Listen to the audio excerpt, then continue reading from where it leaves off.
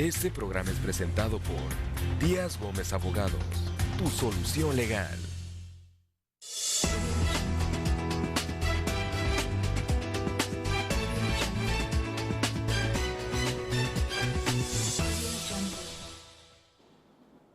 Hola, muy buenas noches, bienvenidos otra vez a su programa Opinión Legal, aquí donde platicamos con usted del derecho y del poder tal como son. Y hoy tenemos de nueva cuenta un gran programa para usted, vamos a platicar de muchos temas interesantes y antes que nada déjeme contarle que en nuestro primer bloque vamos a hablar de las pasadas elecciones y vamos a platicar un poco del gran abstencionismo que pues se ha mostrado a estas últimas fechas, tanto en nuestro estado, en Baja California, como en el resto del país. Pues en este contexto que se da de un descontento generalizado de la población, de una falta de interés por parte de los ciudadanos, pues se llevaron a cabo este junio que está terminando las elecciones federales y locales para pues decidir sobre nuestros legisladores. Principalmente en algunos estados hubo elecciones a gobernaturas, en nuestro estado no fue el caso. Y bueno, probablemente eso ayuda a que haya menos interés de la población en alguna medida para participar. Precisamente habría que tratar de hacer un análisis al respecto porque déjeme decirle que nuestro promedio de votación en esta última ocasión fue del 30% aproximadamente en Baja California, uno de los promedios pues, más bajos, si no es que el más bajo en todo el país, algo que se viene dando además pues ya en repetidas ocasiones. Y es algo que pues debe de preocuparnos efectivamente. Pareciera que los ciudadanos no están contentos, pareciera que no tienen interés en involucrarse y pues habría que tratar de entender por qué. Hoy para platicar de este tema del abstencionismo está conmigo el licenciado César Montes de Oca, como cada martes. César, bienvenido, buenas noches, ¿cómo estás? Muy bien, Oscar, muy buenas noches a ti y a todo nuestro auditorio. Muchas gracias por la invitación. Gracias a ti, César, por acompañarnos otra vez. Un primer comentario acerca de este tema del abstencionismo. Hemos visto cómo el nivel de votación, de participación ciudadana en nuestro estado ha sido tan bajo el 7 de junio pasado. ¿Qué primer comentario te merece? Pues creo que es una señal de alerta, creo que es un tema que merece el respeto por parte del sector político y merece la atención de la sociedad en su conjunto, ¿no? Es un tema que será motivo, creo yo, a partir de estas elecciones, de un estudio más a conciencia, un estudio quizás científico, además, para determinar bien a bien las causas o los posibles factores por los cuales las personas deciden simplemente no ir a las urnas a emitir su sufragio y en el mejor de los casos ir y anular su voto, ¿no? Entonces creo que es un tema que nos debe de preocupar y que debe ser atendido de manera inmediata antes de las siguientes elecciones federales y locales. Oye, César, se puede analizar este asunto desde muchas perspectivas, ¿no? Por una parte es cierto que pues, no había aquí localmente pues, alguna competencia para alcaldía, la gobernatura, entonces de repente son elecciones intermedias un poco desangeladas, ¿no? Y normalmente sabemos que sucede, la población no se prende tanto, no se anima tanto para ir a votar, no hay los contrastes tan marcados de figuras locales que de repente estén compitiendo fuertemente para una administración, ¿no? Pero aún así, no creo que le podamos atribuir solamente a eso. Y lo dejo como pregunta, pero yo lo veo más desde el punto de vista del hartazgo social, ¿no? La gente como que está enfadada de todo lo que tiene que ver con el tema político. Pueden ser varios factores, ¿no? En primer lugar, hay una creciente apatía en nuestra población. Yo creo que esta apatía deriva directamente de que nos sentimos abandonados por el gobierno centralista a partir de las reformas fiscales, donde nos aumentan el IVA en la frontera, situación que nos impacta en demasía a todo el sector comercial, a los prestadores de servicios. El hecho de que nuestro presidente haya venido en un par de ocasiones a eventos sumamente privados, eventos sumamente controlados en cuanto a la asistencia y sobre todo que sentimos los bajacalifornianos que nuestra voz no tiene un eco en el centro del país, que finalmente es de donde se redistribuye las participaciones federales, ¿no?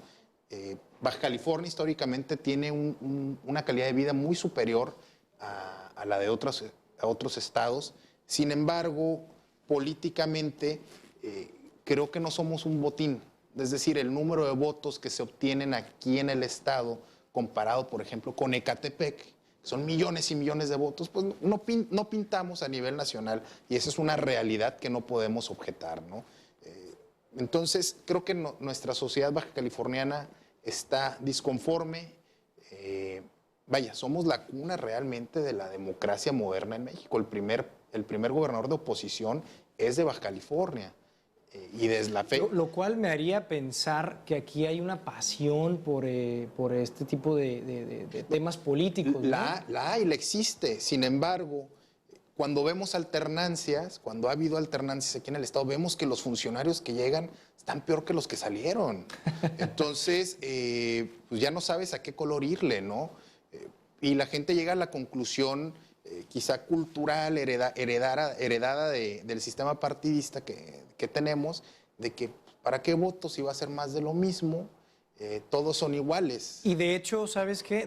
De alguna manera es que ese es el problema. O sea, sí es cierto que para qué voto si casi va a ser lo mismo, porque no ha habido una figura que demuestre plenamente lo contrario, ¿no? De repente el público empieza a cambiar su sentido del voto en ocasiones. Obviamente sabemos del voto duro, ¿no? El priista siempre va a votar por el PRI, el panista por el PAN, etcétera. Pero estamos hablando de que en muchos de los casos las elecciones se deciden por los indecisos, ¿no? Y estos indecisos, pues ahí van cambiando cada elección de partido, de candidato, y de repente no se encuentran las elecciones que quisieran, ¿no? Los candidatos o los gobernantes que quisieran. Bueno, además de eso, hay que considerar que estos indecisos, hay que ver qué tan educados están en cuestiones electorales, qué tan educados estamos todos en cuestiones cívicas. Yo no sé qué porcentaje de la población se tomó la delicadeza, el tiempo de revisar el currículum de los candidatos o el perfil de cada candidato que estuvieron disponibles durante un buen tiempo y todavía lo están en la página del INE, ¿no? Entonces, yo creo que en estas elecciones en particular son históricas. Tenemos tres candidatos a nivel nacional que fueron independientes. Tenemos al Bronco en Monterrey, a Cloutier en Sinaloa y a Kumamoto, me parece, se apellida el muchacho. Sí, en Jalisco, ¿no? En Jalisco. Pero esos son casos precisamente de asuntos que prendieron, ¿no? Como el caso del Bronco, que tiene un problemón encima a partir de haber ganado la gobernatura, en el sentido de que se espera mucho de él. O sea, la expectativa es muy alta. No, y además es como cuando entró Fox a la presidencia en su momento, ¿no? ¿Cómo van a...? Hay que responder también la pregunta, ¿cómo va a gobernar si no tiene aliados en el Congreso? Creo, desde mi punto de vista muy particular, que las elecciones intermedias son incluso un poco más importantes que la de ejecutivos. ¿Por qué? Porque finalmente la legislatura es la que decide qué ley o qué reforma se aprueba o qué reforma no se aprueba, mientras que el Ejecutivo está administrando y proponiendo, pero finalmente todo queda en las manos del Congreso. Lo preocupante aquí realmente, Oscar, volvamos al tema, es el abstencionismo. El abstencionismo y qué vamos a hacer para combatir ese abstencionismo, porque no creo justo yo que un porcentaje mínimo de la población, es decir, el 30% de los que participamos en la elección, seamos los que determinemos el rumbo del gobierno, ¿no? No es posible y eso tiene que cambiar. No es un fenómeno local, esto se presenta a nivel mundial. Te puedo comentar un dato que consulté en el New York Times, señala que en las elecciones pasadas en Estados Unidos, las elecciones para presidente, fue la peor en 72 años, con una participación del 36% del electorado, situación que no se veía desde 1942 en plena Segunda Guerra Mundial, ¿no? Entonces, es un fenómeno mundial donde la población está harta del político tradicional, está harta de las falsas promesas, pero no encuentra una mejor manera para cambiar esa situación si no es a través de la apatía, es decir, no yendo a votar. o anulando su voto, lo que actualmente en México no tiene ningún efecto. Mira, sabes que hubo el movimiento del voto nulo, ¿no? Mucha gente dijo, bueno, pues ve a votar y anula tu voto, ¿no? De esa manera no es abstencionismo, estás participando y estás demostrando que no estás de acuerdo con algo, ¿no? No es mi punto de vista, yo no comparto la cuestión del voto nulo, yo creo que deberíamos de votar por el candidato o candidata que nos convenza, pero el problema es ese, que probablemente los candidatos no convencen, no prenden, ¿no? Tenemos una democracia que es así como muy abstracta, es muy idealista, porque sí es cierto, el pueblo ejerce el poder al votar, pero en realidad es dentro de las opciones que te presentan, ¿no? O sea, no tenemos más margen, nosotros no podemos elegir a los candidatos, ¿no? Pasamos por el filtro de los partidos políticos y los partidos políticos escogen a sus candidatos, pues veto a saber exactamente como por qué, ¿no? O sea, de repente no necesariamente es porque sea el mejor o la mejor candidata, el más apto, el más carismático, el que tiene mejores ideas, el que tiene mejor trayectoria. Entonces, la gente percibe todas esas cosas y más que eso también percibe que cuando ha habido alternancia en su voto no ha encontrado aquel político o aquel funcionario que le convenza totalmente. Yo estoy convencido de que cuando llegue una persona con esas características totales, pues va a llegar hasta donde quiera, ¿no? Va a poder construir la plataforma que quiera. El problema es pues que hasta ahora no lo hay y el votante pues se manifiesta de esa manera, ¿no? Con el aburrimiento. Totalmente de acuerdo contigo, no lo puedo haber puesto mejor. Es una cuestión generacional, desafortunadamente yo creo que en estos tiempos hay que apostarle a las nuevas generaciones, formar a los nuevos votantes, inculcarles el hábito del civismo electoral para que desde muy jóvenes estén conscientes de que van a tener no solamente un derecho, sino una obligación al cumplir la mayoría de edad, ¿no? Y que ejerzan esa obligación, ese derecho y cumplan con esa obligación. Ahora, la cuestión del voto nulo o el abstencionismo creo que es importante regularla. Va a ser muy importante considerar propuestas que se han hecho ya en otros países. Aquí no se va a descubrir el hilo negro.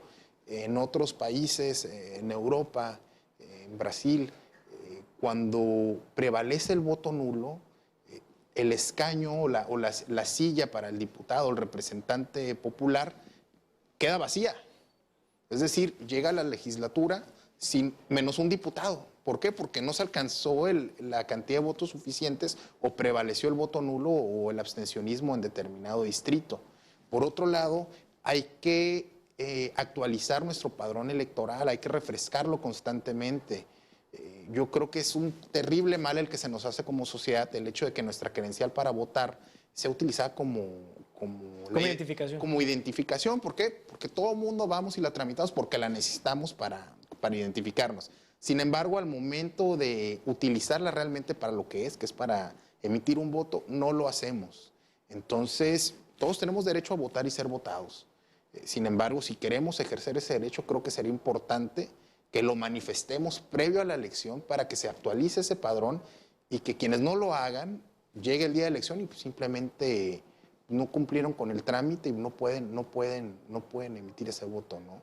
Claro, oye, varios temas ahí mencionas la cuestión de la identificación, si es cierto, tenemos nuestra cédula de identidad. Valdría la pena dejar de manejar la credencial del INE, ahora INE, como identificación. Es un tema importante. Oye, nos queda un minuto, pero de los distintos temas en los que estamos platicando y que pueden ser factores para el abstencionismo, decimos campañas aburridas, porque también los candidatos no prendieron mucho. De hecho, entiendo que por eso hay partidos políticos que utilizan figuras públicas ya para introducirlos como candidatos ciudadanos y que de repente jalen un poco, que sean un poco atractivos, ¿no? Aunque también está de criticarse el hecho de si tienen experiencia política o no, si van a improvisar o no, o si van a llevar realmente las riendas ellos. Si hay un proyecto político del gobierno medio, o no, en caso de ganar alguna elección. Pero bueno, de todos esos temas, yo creo que sin duda el factor que más incide es la cuestión del hartazgo social.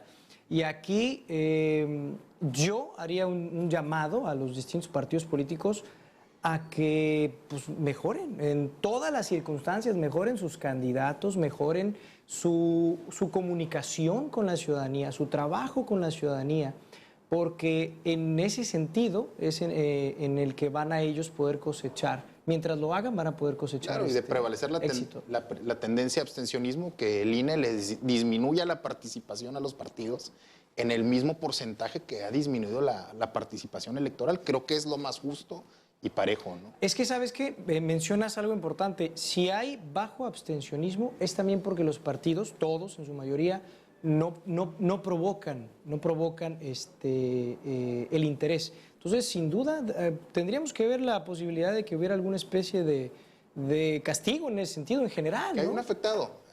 Actualmente el único afectado es el propio pueblo, con el abstencionismo y el voto nulo. Que paguen los partidos, finalmente. Ellos son la causa y consecuencia de la situación política en la que estamos. Claro. Ok, muy bien, César, pues muchísimas gracias por acompañarnos otra vez esta noche. Tenemos que ir a un pequeño corte y regresamos porque tenemos un invitado muy especial esta noche. Te agradezco y bueno, nos vemos la próxima semana, ¿no? Aquí estaremos. Vamos a un corte y regresamos.